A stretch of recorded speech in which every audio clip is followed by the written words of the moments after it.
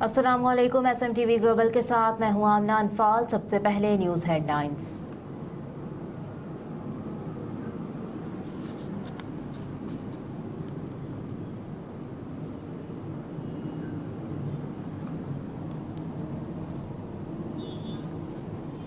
बस में अदब स्टॉक होम, पंजाबी टॉक और पंजाबी अखड़ के जेर साया पंजाबी कॉन्फ्रेंस और पंजाबी मुशायरे का इनेकाद स्वीडन के शहर स्टॉक होम में किया गया, जिसकी नज़ामत मोहम्मद फारूक ने की, जिसमें शहर के सरकर्दा लोगों ने शिरकत की। आसिफ शहकार ने पंजाबी जबान की तारीख के बारे में बताया। इमरान खोखर ने पंजाब की मशहूर शख्सियात के बारे में आगाही दी। डॉक्टर आरिफ कसाना ने मियाँ मोहम्मद बख्श और सैफुल मलूक के बारे में बताया। आखिर में पाकिस्तान से आए मेहमान और मुशायरे के सदर आजम मलिक साहब ने पंजाबी सूफी शायरी पर रोशनी डाली। मुशायरे में जनाब जमील एहसन, शहनाज अंजुम, मलिक अयूब, सुहेल सफदर, आसिफ शाहकार और आजम मलिक ने अपना कलाम सुनाया और आरिफ कसाना ने अल्लामा इकबाल की 2 पंजाबी की नज़में सुनाई। प्रोग्राम के आखिर में रिवायती खाने से मेहमानों की खातिर तवाज़ो की गई।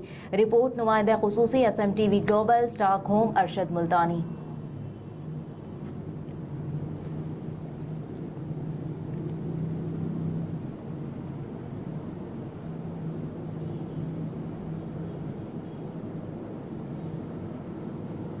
मुस्लिम लीग नून के सदर शहबाज शरीफ का कहना है कि नवाज शरीफ इंतकाम लेने के लिए नहीं बल्कि मुल्क को दोबारा खुशहाली करने के लिए पाकिस्तान आ रहे हैं। बुध को शहबाज शरीफ ने लाहौर में अपने इंतखाबी हलके का दौरा किया।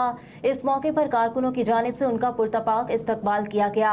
उनकी गाड़ी पर फूलों की पत्तियां निछावर की गई और शहबाज शरीफ और मुस्लिम लीग नून के हक में नारे लगाए गए। शहबाज शरीफ ने खिताब करते हुए कहा कि नवाज शरीफ के दौर में पाकिस्तान में महंगाई नाम की कोई चीज़ नहीं थी। नवाज शरीफ को इक़्तिदार से अलहदा नहीं किया गया बल्कि आवाम को खुशहाली से दूर करके तरक्की के सफ़र से महरूम किया गया। उन्होंने कहा कि मियाँ मोहम्मद नवाज शरीफ इंतकाम लेने के लिए नहीं बल्कि मुल्क को दोबारा खुशहाल करने पाकिस्तान आ रहे हैं। वो 21 अक्टूबर को मीनार पाकिस्तान पर अपना मुकदमा अल्लाह पर छोड़ देंगे। शहबाज शरीफ ने कहा कि नवाज शरीफ को एक साजिश के तहत जाली मुकदमे में सजा दी गई। हमें चोर और डाकू कहा गया और कहलवाया गया। मुझ पर, मेरे खानदान पर और मेरी पार्टी पर इल्जामात लगाए गए। हमें जेलों में डाला गया। मजीद कहा कि सऊदी अरब, कतर, चीन के साथ ताल्लुकात खराब कर दिए गए। मुझ पर इल्जामात में सच्चाई होती तो मैं जेल में होता।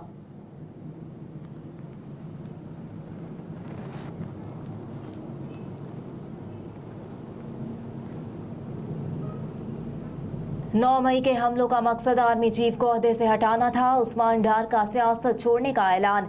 तहरीक इंसाफ के उस्मान डार ने निजी टीवी के इंटरव्यू में पार्टी चेयरमैन इमरान खान के खिलाफ चार्जशीट पेश करते हुए कहा कि 9 मई के वाकयात का मंसूबा चेयरमैन तहरीक इंसाफ की जेर सदारत जमान पार्क में बनाया गया। मजीद कहा कि चेयरमैन तहरीक इंसाफ ने फौज से टकराव की पॉलिसी की क़यादत की। चेयरमैन तहरीक इंसाफ की गिरफ्तारी की सूरत में हसास तनसीबात को निशाना बनाने की हिदायत दी गई। हसास तनसीबात को निशाना बनाने की हिदायत खुद चेयरमैन तहरीक इंसाफ ने दी। मजीद कहा कि चेयरमैन तहरीक इंसाफ ने खुद को गिरफ्तारी से बचाने के लिए कारकुनों की जहनसाजी की। कारकुनों को इंसानी ढाल के तौर पर इस्तेमाल किया गया।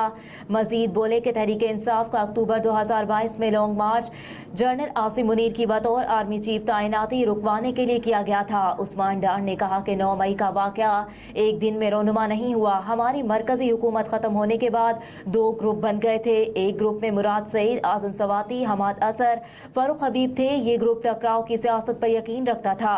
असद उमर, उमर अयूब, अली मोहम्मद खान, शफकत महमूद और मैं फौज के साथ मुफाहमत की बात करते थे।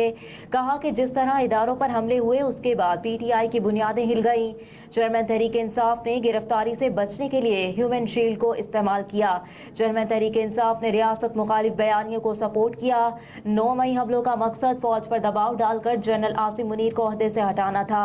तमाम वाकयात की मनसूबाबंदी चेयरमैन तहरीक इंसाफ की जेर सदारत जमान पार्क में हुई। मजीद बोले कि PTI की मौजूदा सूरत हाल के जिम्मेदार चेयरमैन तहरीक इंसाफ खुद हैं। 9 मई एक शर्मनाक सानहा है जिसकी जितनी मजम्मत की जाए कम है। मैंने तहरीक इंसाफ और सियासत को खैराबाद कहने का फैसला किया है।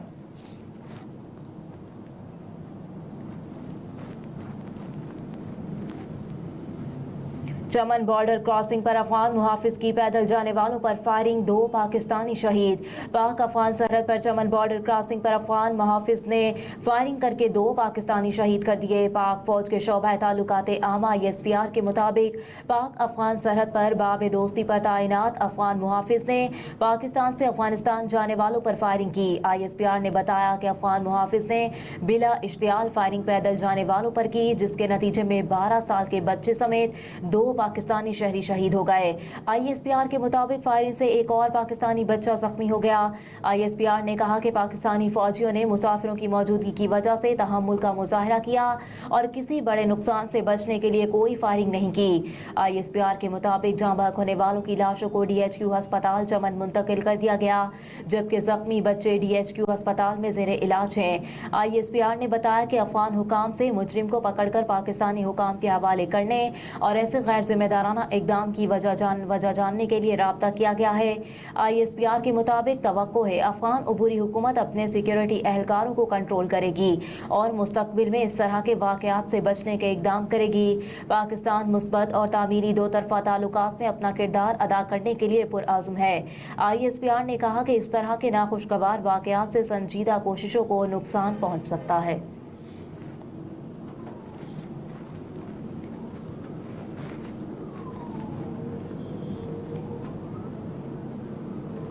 चागी में सड़क किनारे बम धमाके में 2 अफराद जाँ बहक हो गए।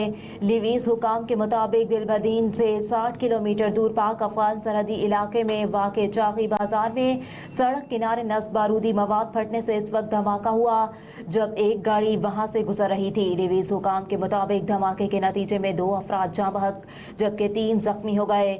जख्मियों को तिबी इमदाद के लिए दिलबदीन अस्पताल मुंतकिल कर दिया गया। लिवीज और FC ने इलाके को घेरे में ले लिया।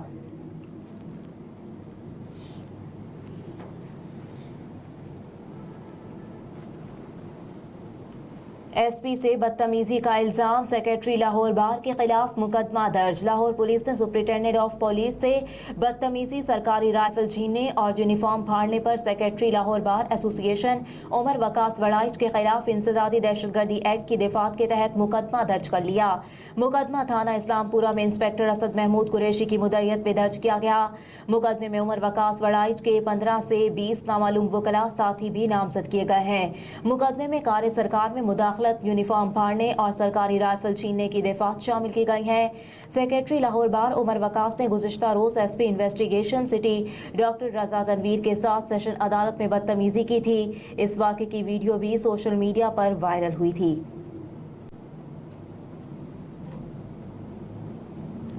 ईंधन की फराहमी बंद होने का मामला, PIA और PSO के मामला तय पा गए। PSO ने PIA को लाहौर एयरपोर्ट पर फ्यूल की फराहमी मुअत्तल कर दी थी, जिससे परवाजों का शेड्यूल मुतासर हुआ। लाहौर से मदीना जाने वाली परवाज PK 747 और लाहौर से कराची आने वाली परवाज PK 305 को फ्यूल फराहम नहीं किया गया। परवाज की रवानगी में ताखीर और एयरपोर्ट पर मुसाफिरों को मुश्किलात का सामना करना पड़ रहा है। दूसरी जानिब PIA और PSO के दरमियान मामला तय पा गए। तर्जुमान PIA ने बताया कि PIA ने PSO को 48 करोड़ रुपए की अदायगी कर दी और बाकी वाजिबात की अदायगी का शेड्यूल भी तय पा गया। मजीद कहा कि PSO ने मदीना परवास PK 747 समेत PIA के तैयारों को ईंधन सप्लाई शुरू कर दी।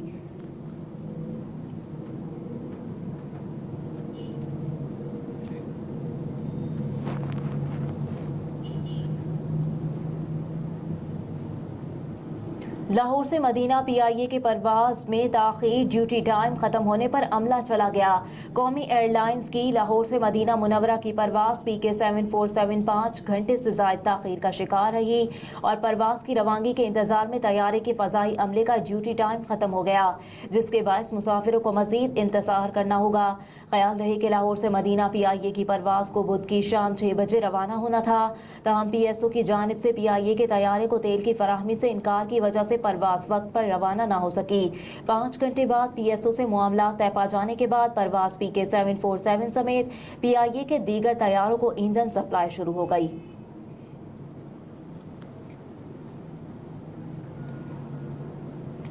सर्दियों में इस साल भी गैस लोड शेडिंग होगी, वज़ीर तवानाई का ऐलान। मोहम्मद अली ने कहा कि मौसम सरमा में गैस की कमी पूरी करने के लिए आज 2 LNG कार्गो खरीदे हैं। मजीद कहा कि हर साल गैस लोड शेडिंग होती है और सनतों को गैस कम मिलती है। दिसंबर में सनतों को गैस मुयस्सर हो गई। इन मजीद कहा कि इस साल भी गैस लोड शेडिंग होगी। गुज़िश्ता साल दिन में 8 घंटे गैस आती थी, इसको जारी रखेंगे। इस साल कुदरती गैस 30% कम हो गई। रवां साल भी गैस की डिमांड ज़्यादा और सप्लाई कम है। निगरान वज़ीर तवानाई ने कहा कि निजकारी के हवाले से PIA पहली तरजीह है, जल्द निजकारी करेंगे।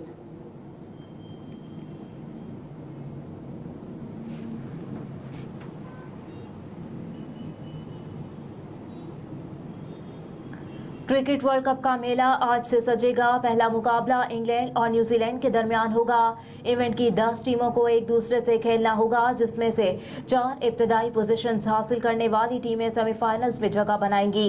इवेंट की 10 टीमों को एक दूसरे से खेलना होगा, जिसमें से 4 इब्तदाई पोजीशंस हासिल करने वाली टीमें सेमीफाइनल्स में जगह बनाएंगी।